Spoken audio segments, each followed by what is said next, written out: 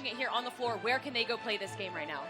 So if they make their way over to the Square Enix booth, they can play this game along with a bunch of other things. Okay. And if someone's watching from home, they can't make it out to PAX East, we'll actually be releasing this demo on PSN later in April. Oh, nice. That's awesome. Very nice.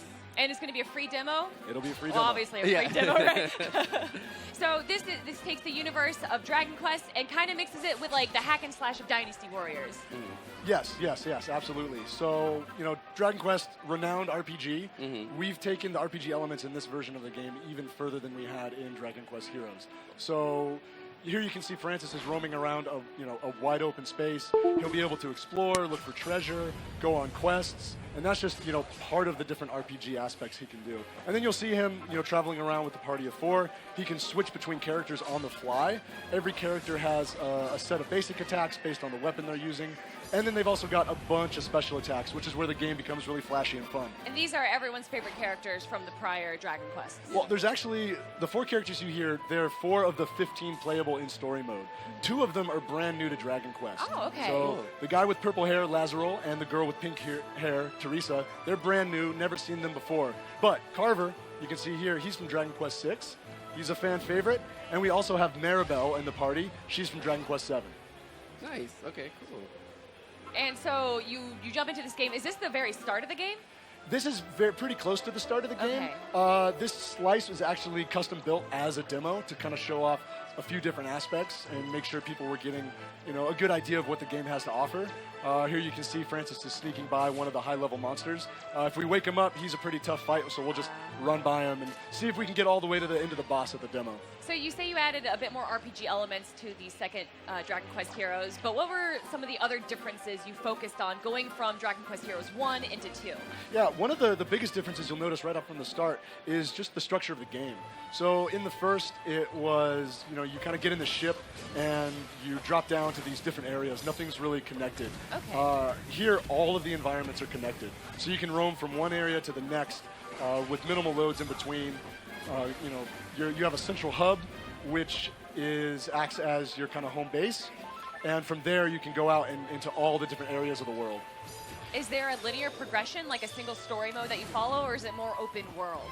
So there is a linear progression. You can go off and do side quests that don't actually move forward the main story. And then there's a whole separate multiplayer aspect to the game. Really? Oh, really? Yes. Nice. So the original didn't have multiplayer, so we're actually bringing that to Dragon Quest Heroes 2. You can play online multiplayer with up to 4 players. Okay, awesome. What were some of the difficulties you found going into multiplayer, especially coming, like, you never had multiplayer in any of the Dragon Quest part, right? Anytime you take any game from no online to online, there's a whole slew of new difficulties to work with. But it runs super smooth. One of our big concerns is since it's an action game, we want to make sure everything's running at a nice, smooth 60 frames a second. And, the guys over in Japan developing the game, they nailed it. I mean, it's a beautiful game. Looking at the effects of all the abilities between the Firebird that I saw earlier, the wind effects from that tornado move, they're beautiful, vibrant colors. I really like the Dragon Quest universe that has a very Toriyama-esque art, right? Yep, it's a 100% Toriyama. And that's really one of the most fun and unique things about the game is the color. And the characters, man. They're all so vibrant and charismatic. Oh, Francis, you whiffed that kick. Oh, no, guys. This zombie's giving you a hard time. You're just you're like in the zone right now, man. Zombie's gotta die.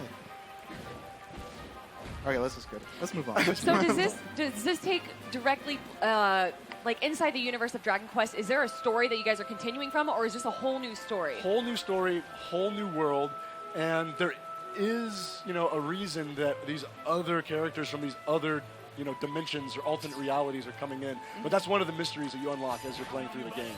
Okay, and this isn't like a sequel to Dragon Quest Heroes 1? No, it's not. Okay. So what are some cool abilities that you could eventually get in the game, playing throughout it?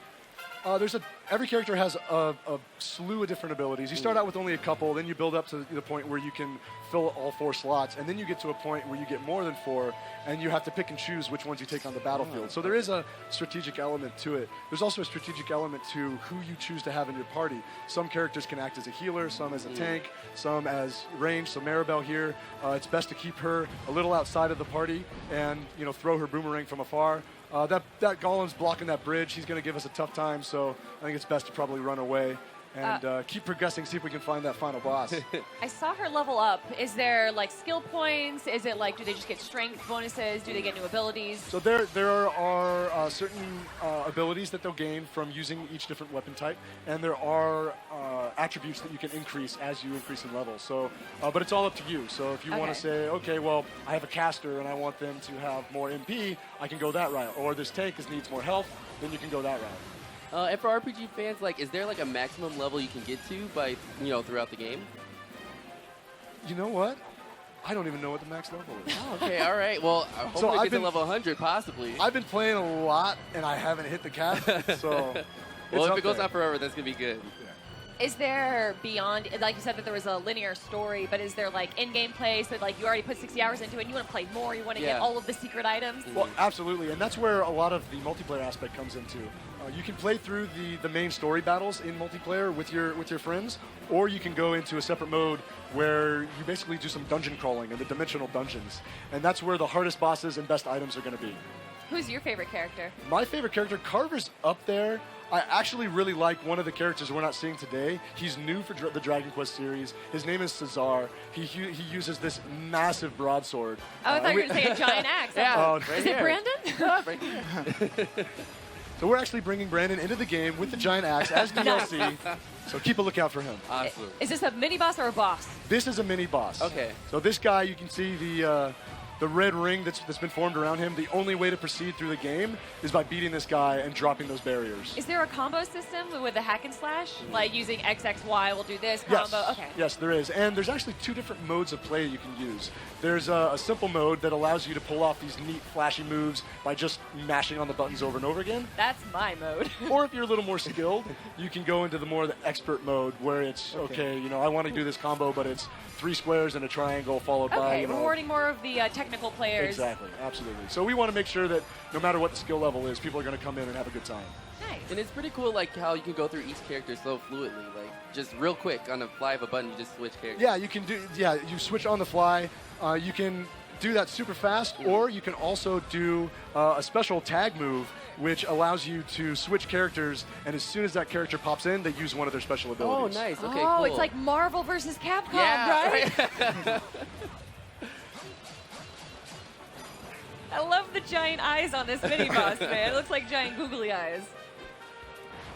So what consoles is this going to be available on? This will be available on PS4 and PC on April 25th. April awesome. 25th? That's so close. Yeah. Right around the corner. Mm-hmm.